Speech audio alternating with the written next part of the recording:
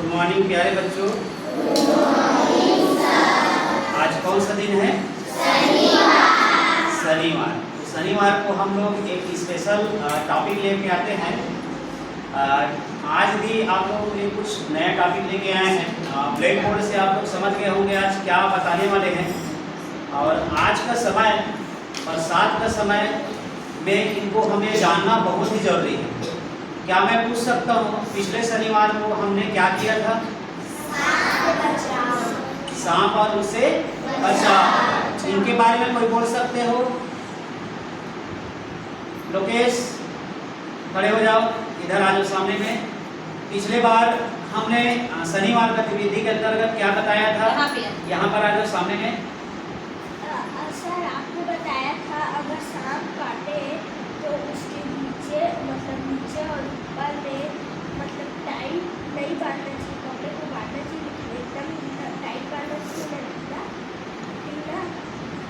हो सके तो अगर मोबाइल है तो फोटो खींच ले सांप का। और बहुत अच्छा।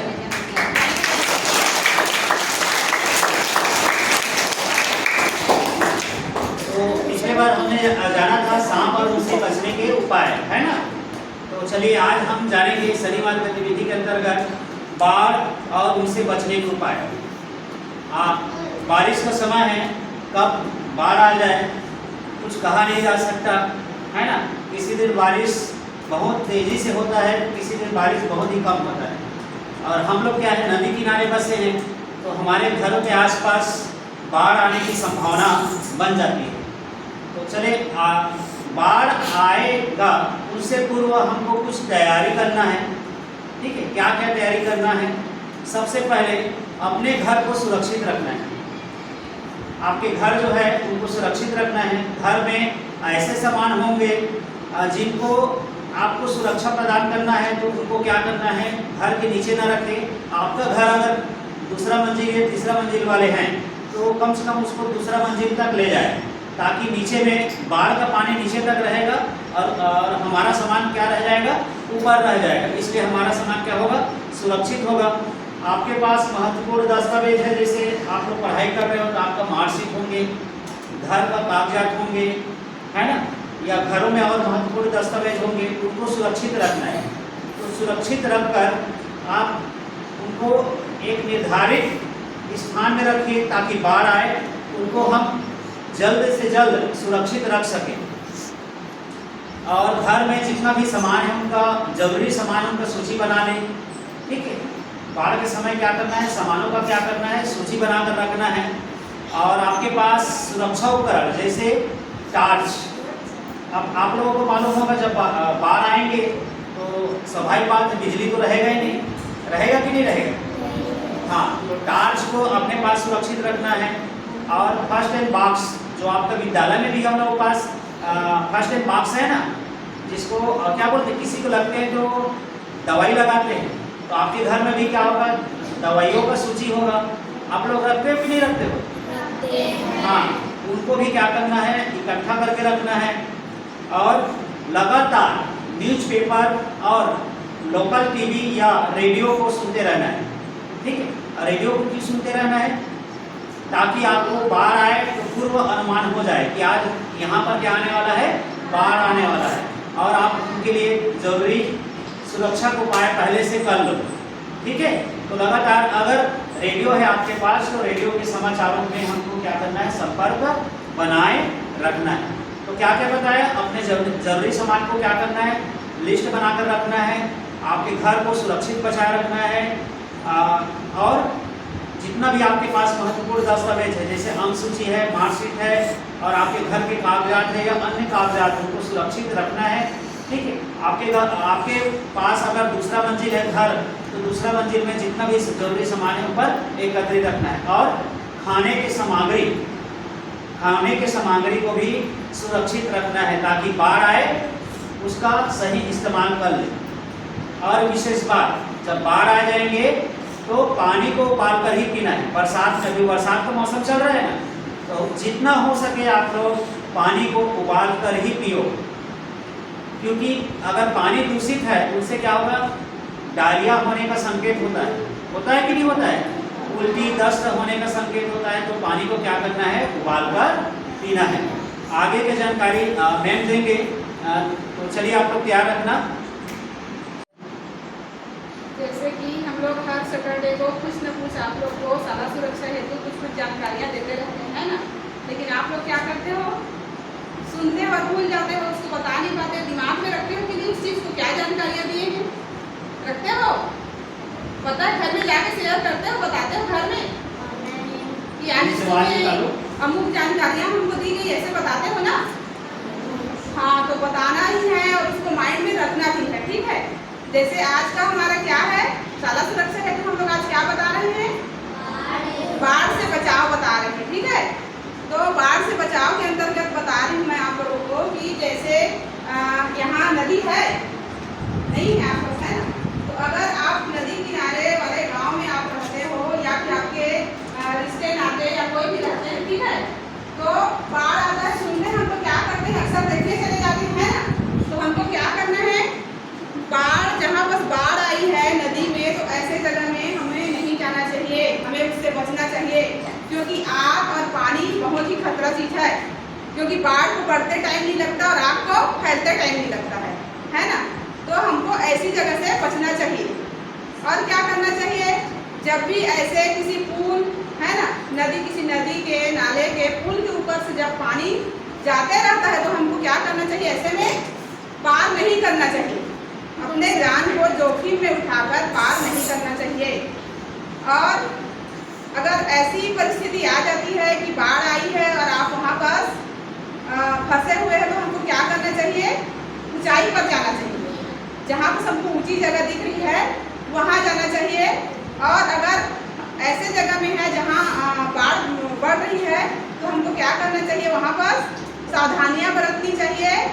और जो जरूरी है, ठीक है, घर में भी आपका पानी घुस रहा है, तो हमको जो जरूरी चीज़ है, जैसे कि सर जी ने बताया, कश्यप सर ने, मार्कशीट जरूरी कागजात होती है आजकल, है ना, बहुत सारा चीज़ होता है। आपका राशन कार्ड होता है, आधार कार्ड होता है, पैन कार्ड होता है, आपका मार्कशीट होता है, ऐसी बहुत सारी चीज़ें होती है। तो ये सब जरूरी जो कागजात है, उसको क्या करना चाहिए? हमको साथ में लेकर के जाना चाहिए, ठीक है।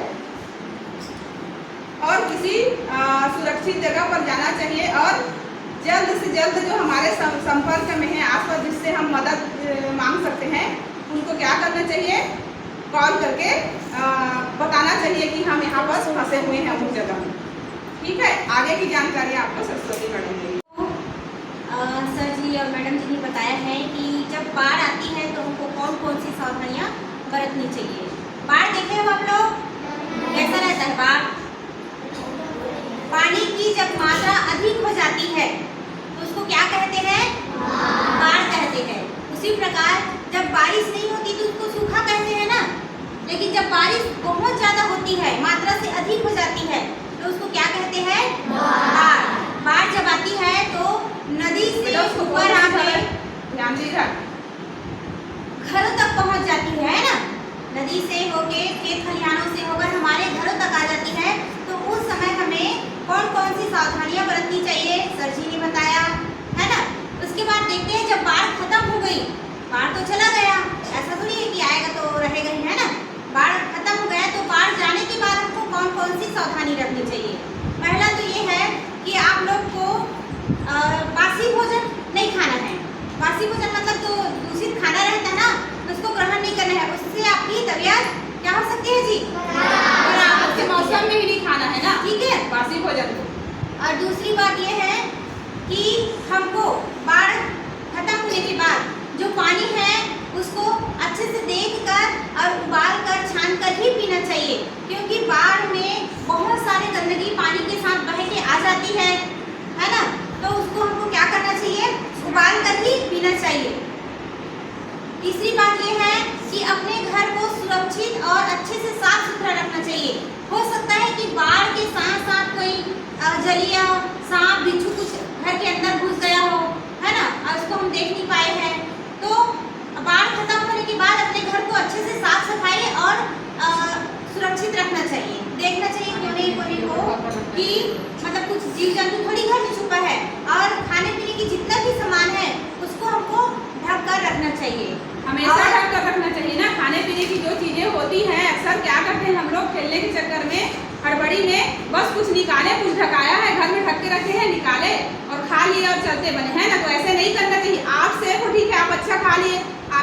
तो छोटे भाई बहन या घर में जो भी सदस्य है वो खाएंगे, है ना।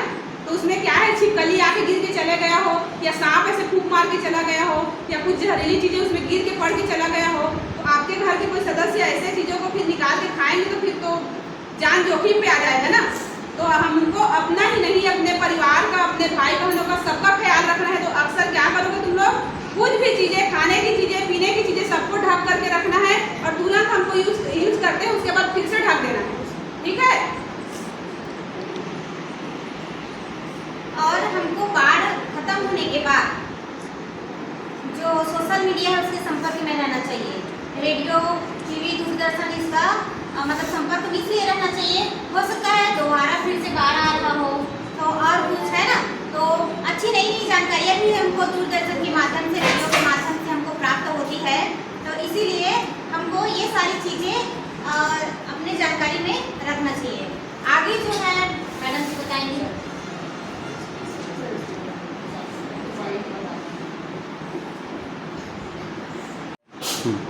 बाढ़ से बचने के और हम क्या कर सकते हैं, वृक्षारोपण कर सकते हैं। वन मतलब वृक्षारोपण, वृक्ष क्या करते हैं, मिट्टी को कटने से बचाते हैं, ठीक है। मिट्टी कटेगा नहीं तो बाढ़ भी कम आएगा, नदी का पानी जब ऊपर चढ़ेगा नहीं तो जमीन पर कम आएगा, इससे बच सकते हैं। बांध और जलाशय का निर्माण, बांध बनाने से भी हम कुछ हद तक बाढ़ को रोक सकते हैं। एक्स्ट्रा पानी उसमें स्टोर करके रखेंगे, ठीक है। और जब ज़्यादा बाढ़ आएगा तो उसको खोल देंगे, पानी नदी से बाहर निकल जाएगा इसमें। नदियों को प्राकृतिक मार्ग पर बहाल करें, नदियों का प्राकृतिक मार्ग का इस्तेमाल करेंगे। जैसे आजकल हम देखते हैं सब नदी में कचरा घूम डालते हैं, मिट्टी डाल देते हैं, पत्थर डाल देते हैं और सारा गंदगी नदी नाले में डाल देते हैं, नदी में डालते हैं। उससे क्या होता है, नदियाँ जो जाम हो जाती है। देखे हम ना, पूरे शहर तरफ जाओ देखना अधिकतर नदियों में कचरा भरा रहता है, गंदगी जमा रहता है। उससे क्या होता है, पानी जो है जाम होता है और गांव की ओर, शहर पर मतलब आता है। इससे